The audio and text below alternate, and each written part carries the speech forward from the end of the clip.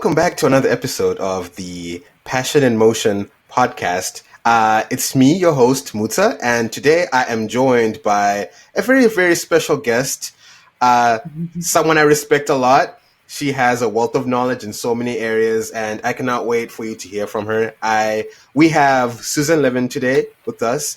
Hi, Susan. If you may take Hey, Mutsa. a moment to say hello to the folks out there, and also just give a brief introduction about yourself, and yeah, we'll get started on the episode today. So over to you. That's great. Thank you so much, Mutsa, for inviting me here. I've had the pleasure of working with you over time. You're such a wonderful producer when we've had our virtual sessions. So thank you so much, and it's good to see you. Thanks, Susan. So what I do is I consult with organizations to recognize what's working and discover employee strengths.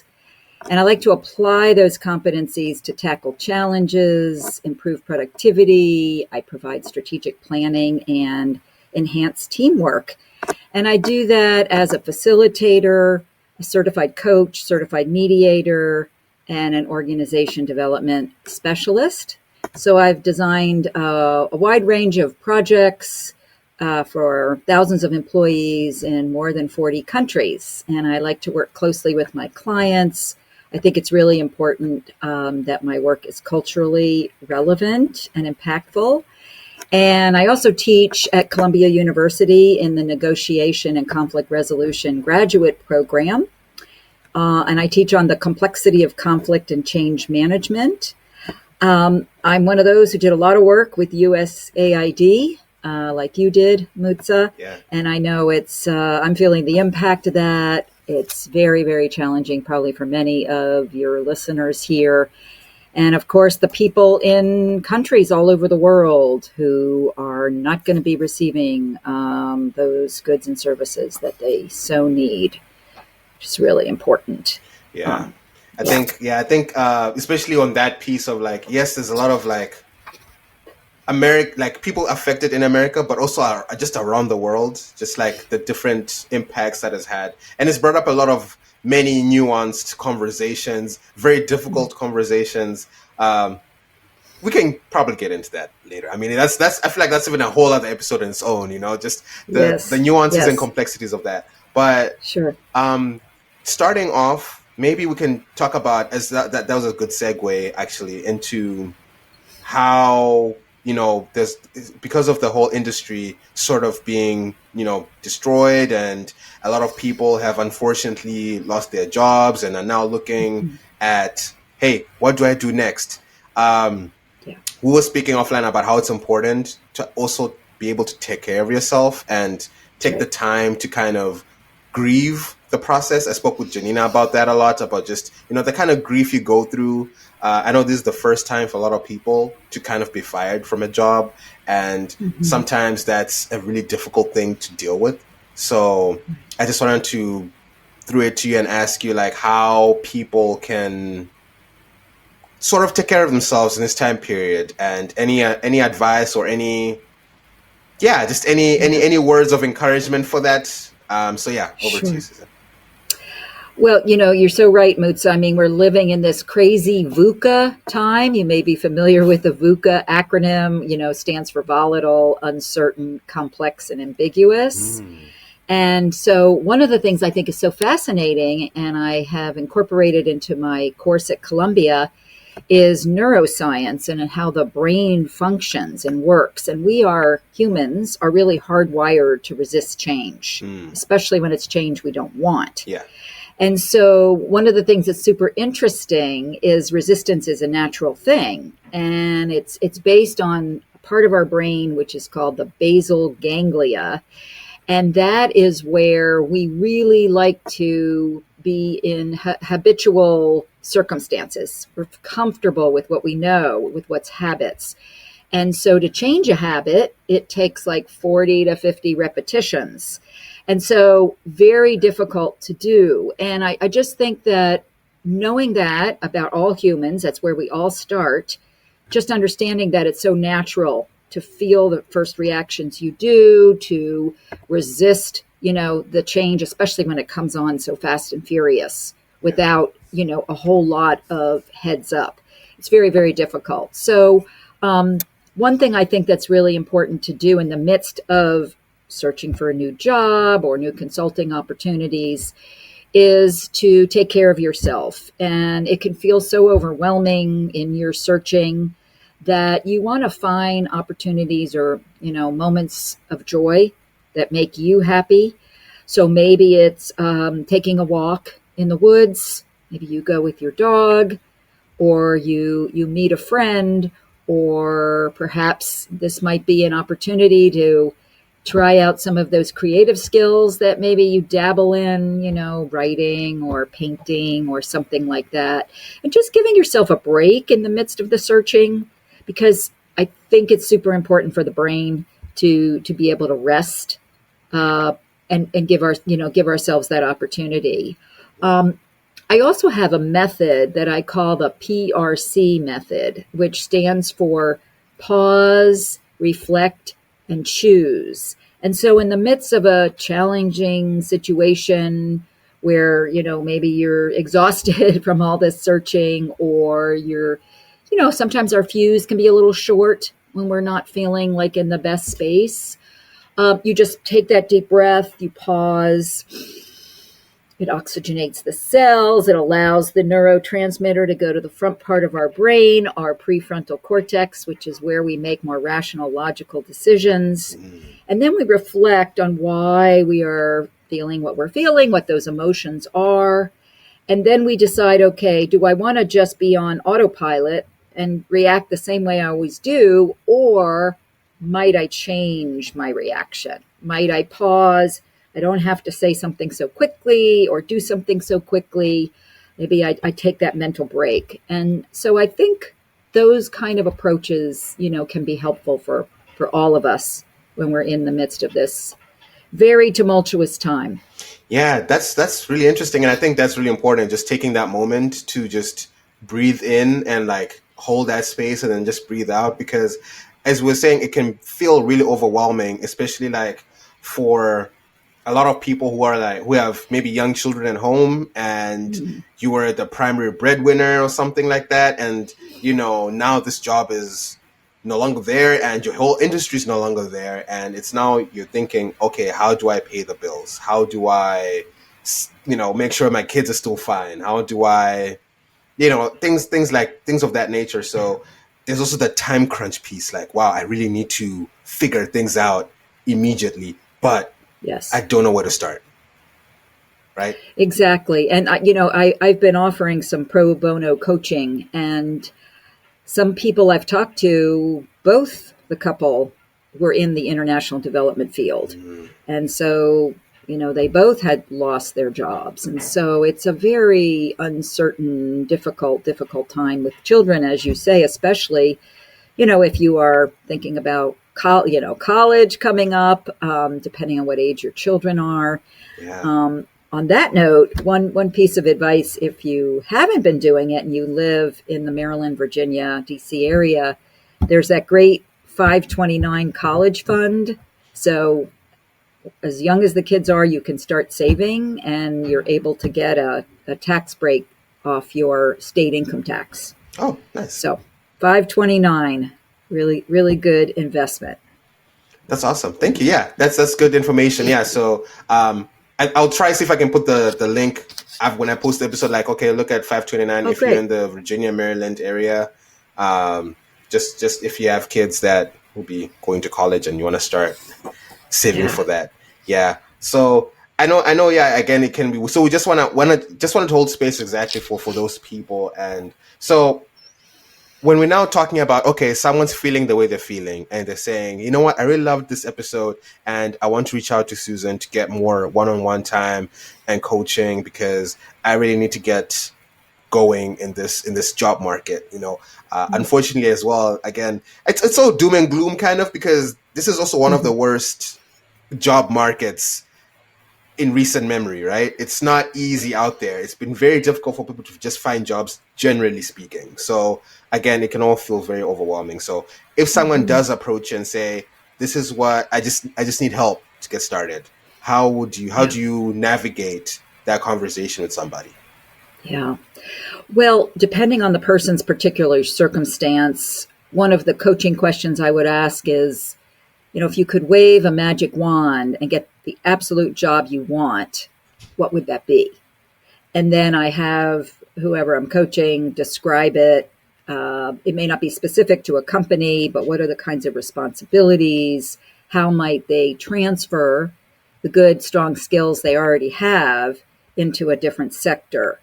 And so if they can strive for that while simultaneously also looking for other things that are out there that may not be ideal, but at least will get them a stepping stone maybe into another sector space, or just to feel comfortable that you're bringing in some income.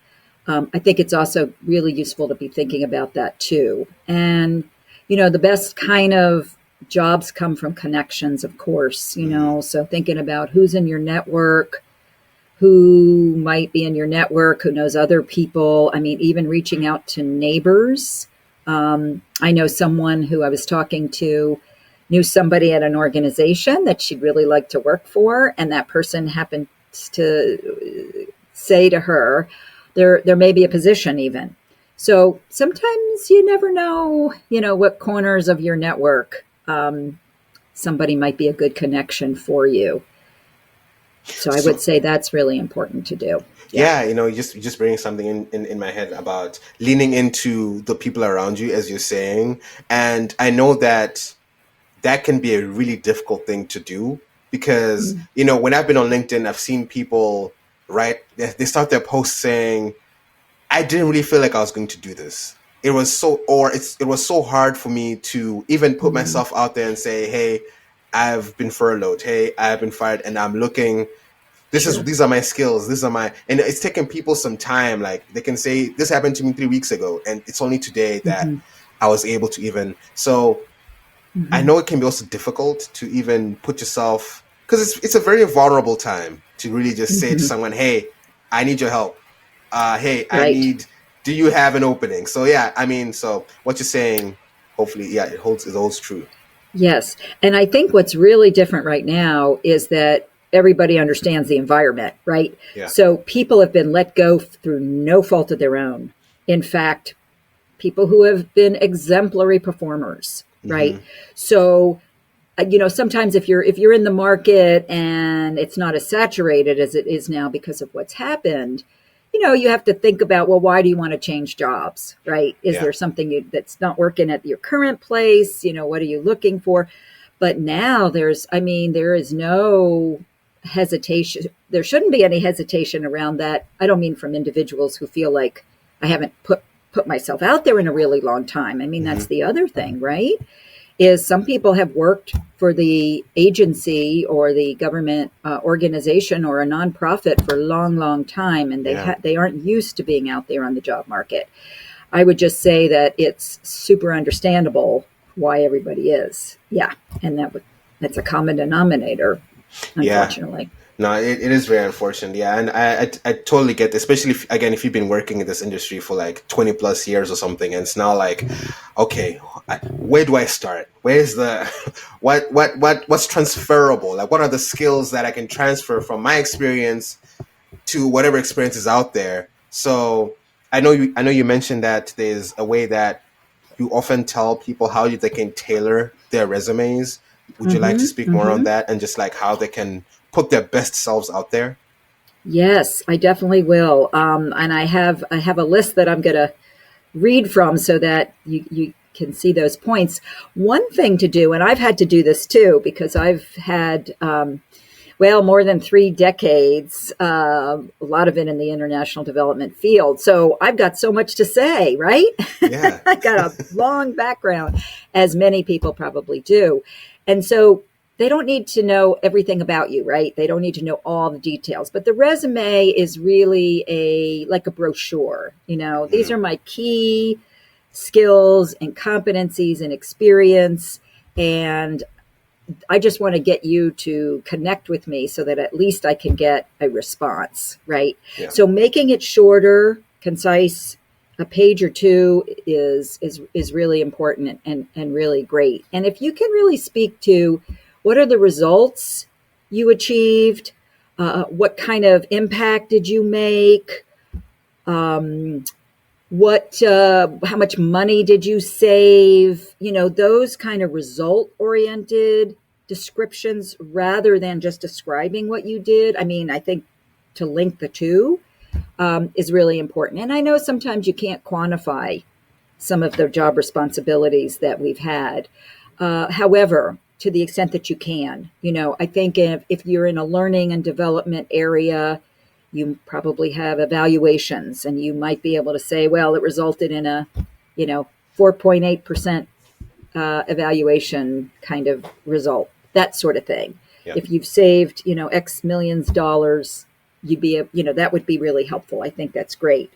I'm just looking at my list here to think about adjusting your terminology so that if you're thinking of some of the government terms, you want to apply them more broadly into business or organizational terms. So you in the private sector.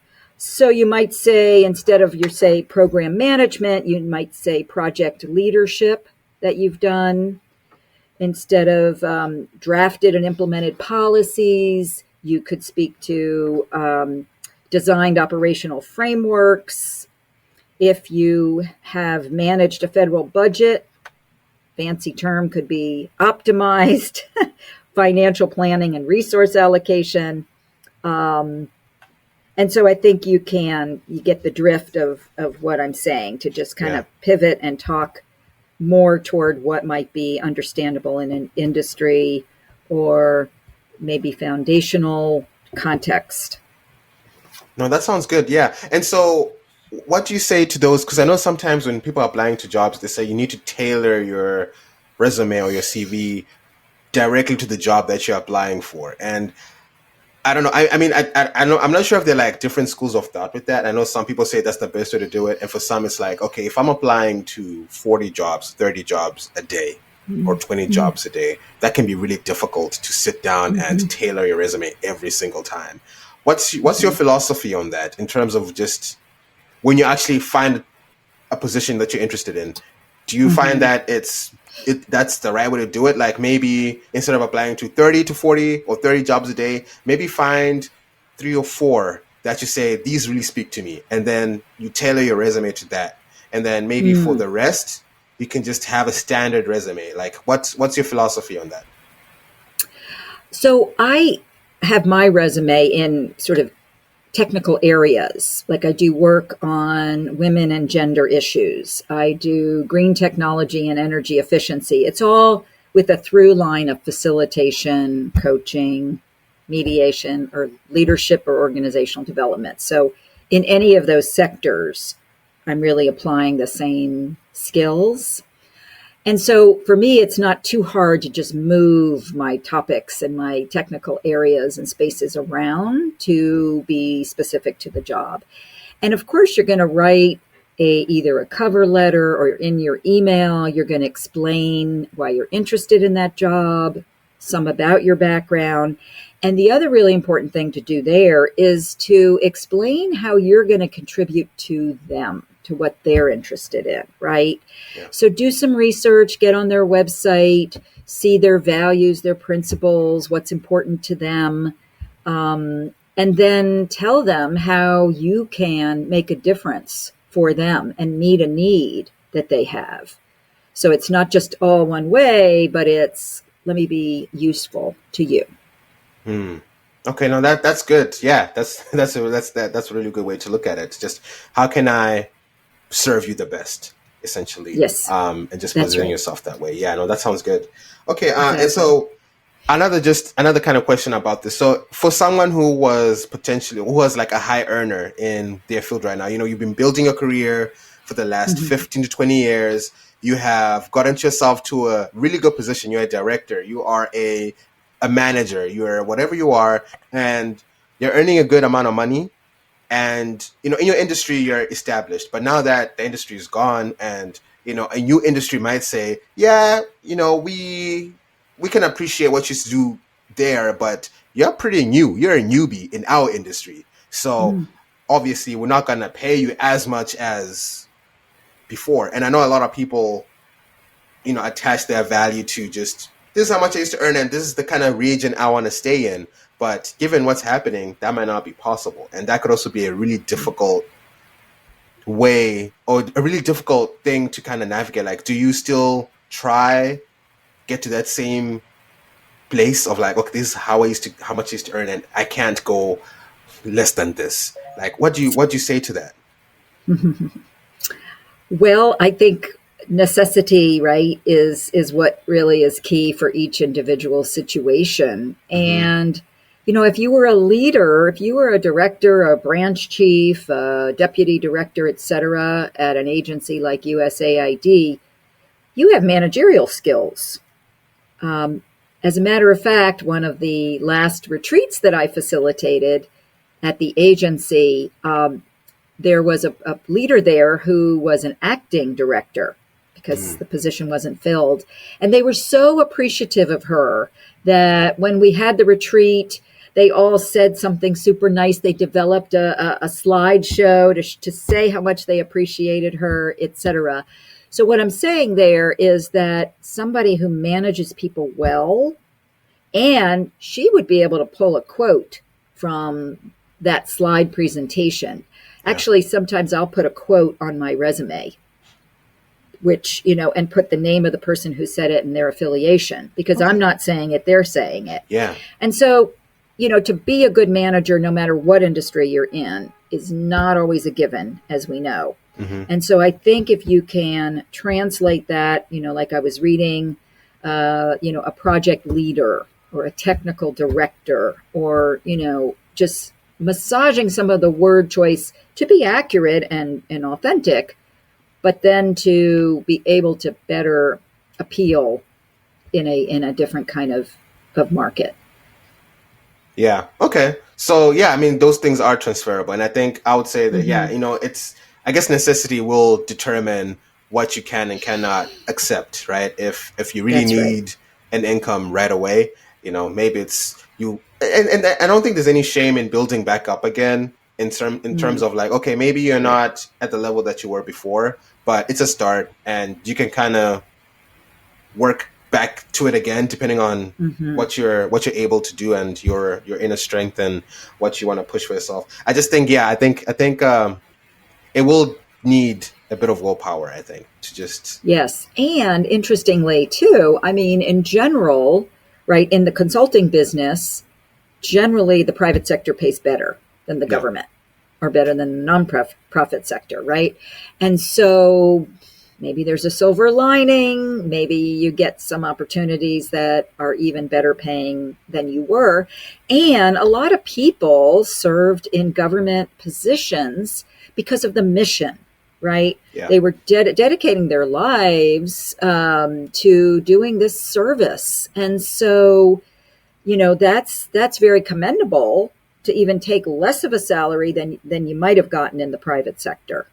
And so that's why this whole messaging about being so unappreciated and treated so badly is just absolutely horrendous and uncalled for, unfair. If you really want to do efficiency, you don't do it this way. Exactly. This is not the way to do it. Not the way to do it. Yeah, no. Definitely not the way. So in your coaching experience and being able to, in some of the one-on-ones that you've had and just maybe helping people how to pivot and all that, have you noticed any emerging themes that have come from certain conversations with people? Like, is there any like a big question that you always kind of get to, of these people kind of have like just like a commonality between everyone who you've kind of worked with in the coaching sphere? Is there anything that has emerged from that? You ask questions like a coach, Mutsa. I try. You succeed. I would say sometimes it's, where do I even start?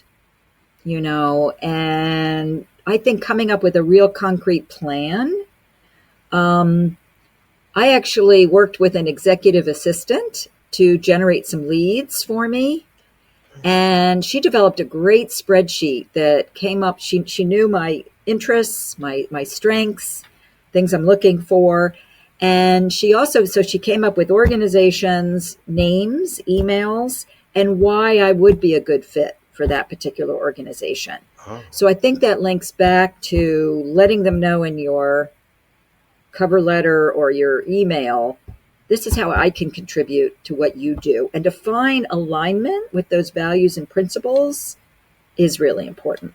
So I think making a very concrete plan and keeping records and checking off when you have succeeded in sending out X number of resumes, or you get a call or, an interest.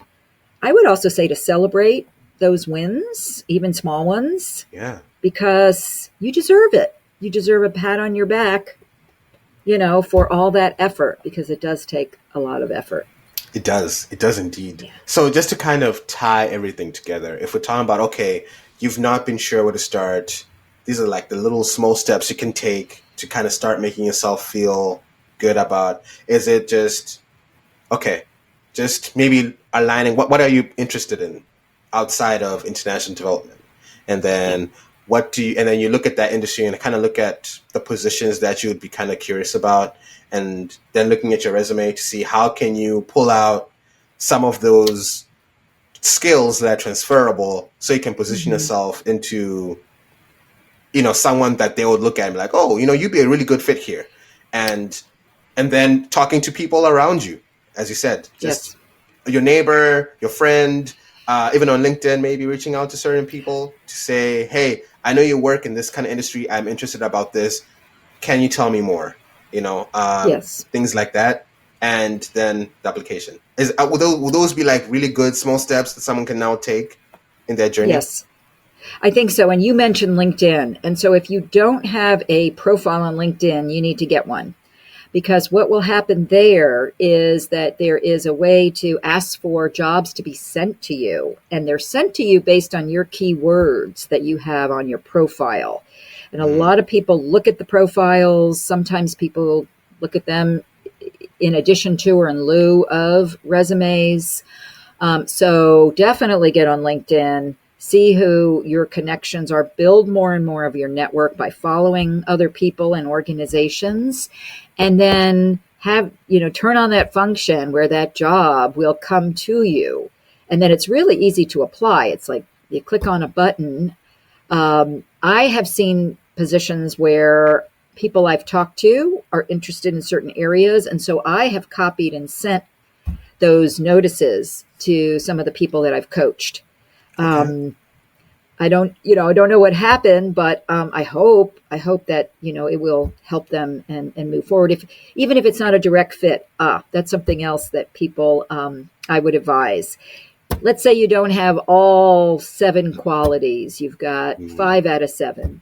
Sometimes people, not only women, but women have more of a tendency to then just say, well, I'm not qualified. I won't apply. Yeah. Just apply.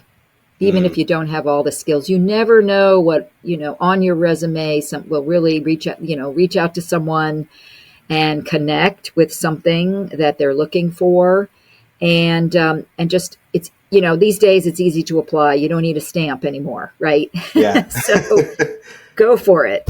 Yeah. Definitely. Something that people always tell me, or like a lot of my friends have said, is you need to move in the world with so much audacity. Like you have to say, why not me? Just even if you have one of Right. those 7 skills, just say, you know what? I'm a great individual. Why not me? I'm gonna send you this application and I'm gonna tell you why I'm good for this job.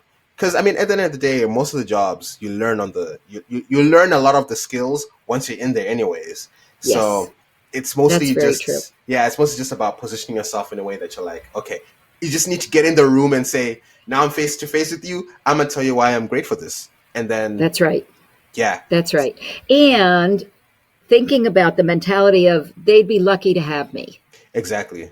right? And maybe you put a little post-it note on your computer, just sort Hmm. of affirmations all around your computer. Put your strengths in there. What are those things that you have done well? Your achievements, your accomplishments. There's probably so many, because I know that I worked with many, many talented people in the contracting side, in the staff side, people like you, Mutsa, So that affirmation can be super helpful, especially when you're kind of feeling, don't feel like you're making progress, and it can get discouraging. It can. Yeah, it really can. Do you also advise people sometimes like taking breaks from the job search? Like, Oh, okay, you've yes. done a week or two of this. Take maybe 3, 4 days to kind of reset and come back into it again because it can be a lot. You can also feel burnout from Yes. constantly looking at what's out there. Absolutely. And maybe what you do is you say, I'm taking Fridays off, or even in a day, take Hmm. that walk. In the Washington, D.C. area, the weather's getting better. Yeah, And so get yourself out there to enjoy it, to, just meet a friend or whatever, walk your dog, whatever works for you and gives you some moments of joy, because hmm, you need that mental break, yeah. definitely, even in the course of a day. Hmm. Yeah. It's definitely Yeah. good, even to walk, even just for health. Yes, They do say like just get those steps in. 5,000 steps plus a day does wonders. that's right. Yeah, Because we got to release the cortisol. The cortisol, the exactly. stress hormone, is so bad for us, and you Yes. got to find ways to get it out, for Yeah. sure. No, awesome. So if someone's hearing this and they say, "Hey, I want to hear more from you and I want to have that one-on-one time just to kind of get deeper in the details," because I know that in these coaching sessions, it's really about the person that's right in front of you and like how you can manage what I mean, everyone has different wants and needs and different areas of help, Mhm. so I know it's not one size fits all. So if someone says, "I want to get in contact with you," how can they go about doing that? So they could reach out to me by email. And I don't know if you're going to be able to provide that as well, but it's slevin at dialogue, the word dialogue, and then it's for solutions, plural. So solutions.com. It's a long one. Yeah. So it's slevin at dialogueforsolutions.com. Awesome. And I'd be I'll put that thrilled to on hear. the list. Okay, Yeah. Can great. people also reach out to you on LinkedIn as well? Yes, absolutely. You'll find me on LinkedIn for sure. Um, if it's helpful, I can send that my profile. But if you search for me, there may be a few Susan Levins out there, um, but you'll see my picture, Yeah, so you'll know. I'm also gonna tag you in the actual post when I set it up anyway. So, but I Okay, just wanted to put it out there so that if people do hear this and they say, "Oh, I really want to get in contact with you," they can, and then you sure. can still you can have those coaching Yes, sessions together. yes. Thank you. And for people who have been laid off, I'm willing to have a pro bono coaching session with them. So That's I'm still amazing. offering that if anyone is interested. Awesome. Yeah, no, that's really good. I'll also mention that if you've been laid off, Okay. and yeah, Susan, you're still offering the pro bono. I think you had a sign up sheet, if I remember correctly. I know you made a post about it, right? I did. I posted it, and then I have my scheduler. Hmm. So I could send that to you too, and then people Sure. could just sign right up. That's the easiest way to do it. Yeah, yeah, sure. I'll also put that on the post. Like, okay, and then this is the link if you'd like to schedule, and like put yourself in, and you can kind of go from there. No, that's awesome. Great. Uh, any last words to folks out there, Susan, before we close out on the episode? Well, I would just say, just remember your strengths, your experiences, what you have given to the world. And, some organization's going to be really lucky to have you. And so it's just a matter of positioning yourself in a certain way, getting across those skills and experience and expertise. And I just wish you the very best. Thank you so much. Yeah, and remember, move with audacity. It helps. I love that. That's the quote for the day. Move with audacity, and you'll reap the benefits and the rewards of that. So, okay, awesome. And with that, I think that'll be the end of the podcast. Please do remember to subscribe if you've loved these conversations and you want to see more of them. There'll be more coming. So yeah, please do subscribe, comment as well, and yeah, I'll love to hear from people out there. So with that, thank you so much, everyone, and we'll catch you on the next one. Thanks for having me on, Mutsa. Thanks, Susan. Take care.